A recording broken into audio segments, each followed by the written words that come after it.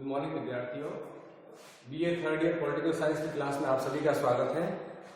मैं आपको पढ़ा रहा था पेपर फर्स्ट अंतर्राष्ट्रीय राजनीति, और उसमें मैं आपको पढ़ा रहा था अंतर्राष्ट्रीय राजनीति के उपागम या दृष्टिकोण। वैसे आपको पता होगा कि अंतर्राष्ट्रीय राजनीति में मुख्य रूप से दो दृष्टिकोण पाए जाते हैं। पहला है आदर्शवादी दृष्टिकोण और दूसरा है यथार्थवादी।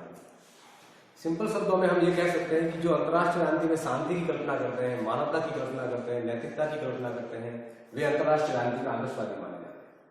और जो अंतर्राष्ट्रीय राजनीति में शक्ति के पैरोकार हैं, जो शक्ति पर बल देते हैं, वे अंतर्राष्ट्रीय राजनीति में यथार्थवादी माने जाते हैं।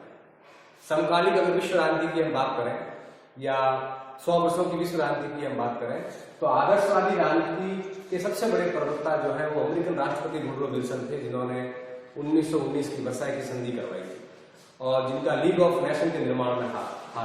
तो ये उसके मुख्य प्रवक्ता थे। और इस आदर्शवादी उपागम का जन्म जो है वो 18वीं शताब्दी में हुआ। खास करके जब दुनिया युद्धों से त्रस्त रही, मानवता युद्धों से त्रस्त रही और मानवीय कार्यक्रमों की उपेक्षा की जाने लगी, तब कुछ लोगों ने कहा कि क्यों न हम युद्ध की ओर अपना ध्यान हटाकर मानव कल्याण पर अपना ध्यान केंद्रित करें। तो मुख्य रूप से जो अमेरिकन और फ्रेंच क्रांतियां थी उसने आदर्शवाद को जन्म दिया। भारत में महात्मा गांधी भी जो है एक प्रकार से अंतर्राष्ट्रीय राजनीति में आदर्शवाद की कल्पना करने वाले थे। रॉबर्ट रसेल्स, माइकल शूमार, जितने भी लोग थे विश्व राजनीति में आदर्शवाद की कल्पना करने वाले लोग थे। आदर्शवादियों का मुख्य झुकाव इस बात की ओर है कि एक ऐसे विश्व समाज सरकार का निर्माण किया जाए जहां युद्ध के लिए कोई स्थान नहीं हो, जहां शांति हो, नैतिकता हो, भाईचारा हो, और इनका पूरा उद्देश्य है विश्व में शांति होनी चाहिए। एक प्रकार से ये जोड़ देते हैं चाहिए शब्द पर, एक आदर्शवादी शब्द है। अब इनकी अगर हम मुख्य मान्यताओं को जोड़ दें तो इनकी मुख्य मान्यता ये थी कि आने वाले समय में मनुष्य अपनी बुद्धि, ज्ञान और विज्ञान से इतनी तरक्की कर लेगा कि वो युद्ध के लिए उसके मन में कोई जगह नहीं होगी और पूरी दुनिया में एक शांति कायम होगी। तो मूल रूप से ये कॉन्सेप्ट जो आदर्शवादी कॉन्सेप्ट है, ये विश्व में शांति की कल्पना करता है और युद्धों के परित्याग की बात करता है। इनकी पहली मान्यता यह है कि राज्य जो है वो नैतिकता पर चले।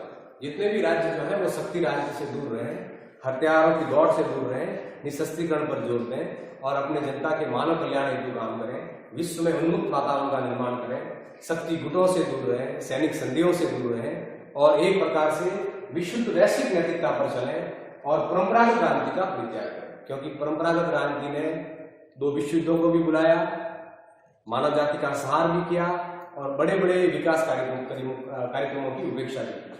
दूसरा इनका जोर था सर्वाधिकारवादी दलों का खात्मा।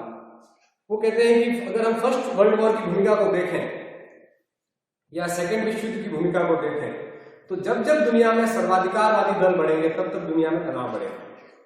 सेकेंड वर्ल्ड वॉर की भूमिका तैयार की हिटलर और मुसोलिनी ने। उनके दोनों जो दल थे, जैसे जर्मनी में नाजी दल और इटली के अंदर जो है फ्रांसिस्ट दल, इन्होंने विश्व में तनाव पैदा किया। दुनिया में जब जब सर्वाधिकारवादियों के पास सत्ता रहेगी तब तब दुनिया में तनाव होंगे। तो एक ऐसा प्रयास किया जाए जिससे सर्वाधिकारवादी दलों का पूरी तरह से खात्मा हो। आज भी अगर हम अध्ययन करें तो नॉर्थ कोरिया की जो कार्रवाई है या इराक की जो कार्रवाई है या चाइना की जो कार्रवाई है वो इसलिए हो रही है क्योंकि वहां पर बहुदलीय प्रणाली नहीं है, वहां सत्ता पर सर्वाधिकारवादियों का कब्जा है।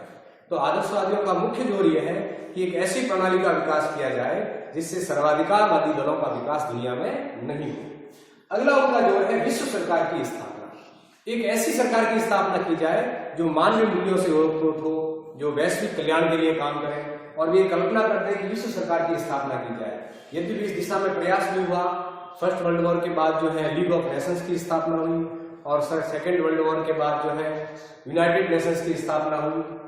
यद्यपि इनकी उपलब्धियां इतनी नहीं रही, लेकिन फिर भी जो मानवीय कार्यक्रम संगठनों ने चलाए उससे ऐसे लगा कि दुनिया में अब विश्व सरकार जो है वो कायम है। अगला इनका झुकाव जो है वो अंतर्राष्ट्रीय राजनीति को साध्य में मानकर एक साधन मानना।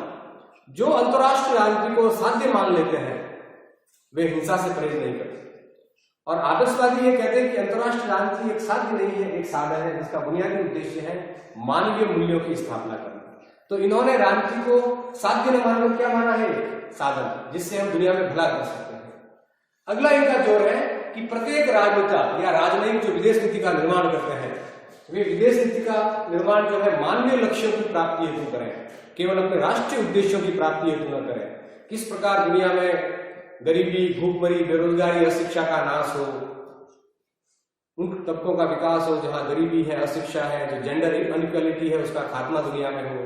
तो प्रत्येक देश के जो नीति निर्माता है, खास करके जो विदेश नीति के निर्माता है, वे इस प्रकार विदेश नीति का निर्माण करें जिससे मानवीय लक्ष्यों की प्राप्ति हो सके। अगर हम इसको संक्षेप में समझने का प्रयास करें तो आदर्शवादियों का मुख्य जोर था राजनीतिक नैतिकता का, राजनीतिक शक्ति पर नहीं, शक्ति बाहुल्य पर नहीं, सशक्तिकरण पर नहीं, इनका जोर था निःशस्त्रीकरण पर।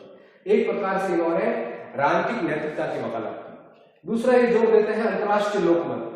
वो कहते हैं कि राज्य की राजनीति अपनी जगह पर है, लेकिन दुनिया को विश्व लोकमत का पालन करना चाहिए और जो भी बड़े डिसीजन है वो सामूहिक रूप से विश्व स्तर पर हो, विश्व सरकार ये डिसीजन ले।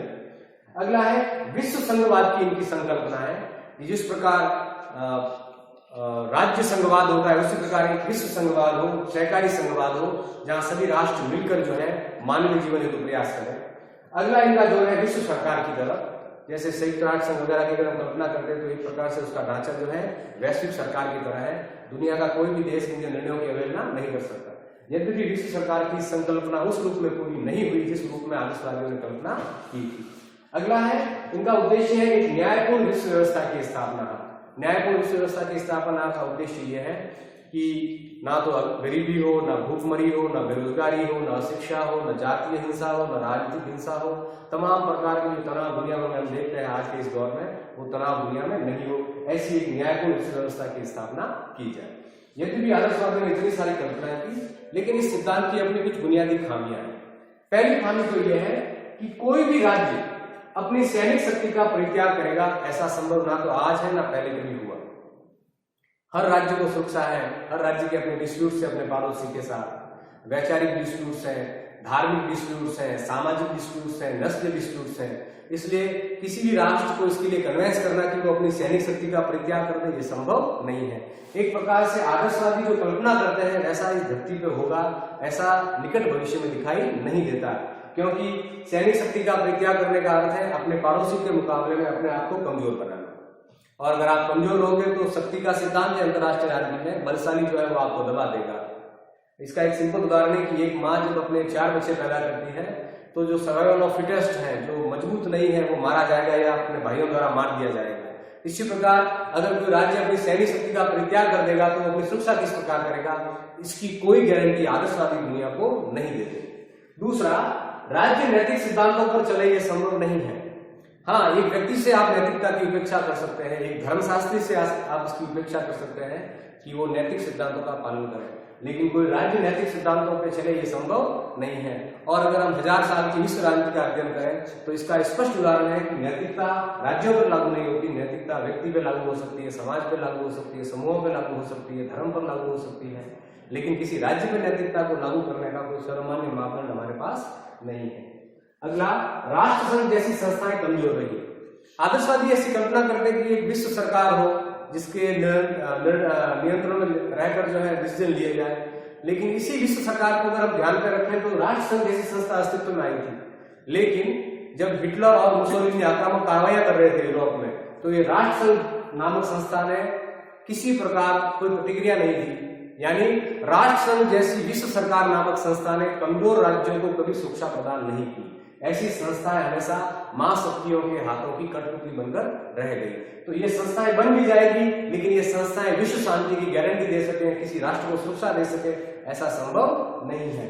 अगला है, महाशक्तियां स्वार्थों में लिप्त हैं। जो बड़ी वैश्विक महाशक्तियां जैसे अमेरिका है या ब्रिटेन है, जो भी महाशक्तियां हैं, वो कभी भी इस आदर्शवादी ढांचे को दुनिया पर लागू नहीं कर सकती, क्योंकि महाशक्तियां अपने स्वार्थों में लिप्त रहती है। उन्हें प्रभुत्व चाहिए, उन्हें पैसा चाहिए, उन्हें विश्व पर अपना राज चाहिए, और ये शक्ति राजनीति एक स्थायी व्यवस्था भी है दुनिया की, जिसको हम नकार नहीं सकते। धन्यवाद।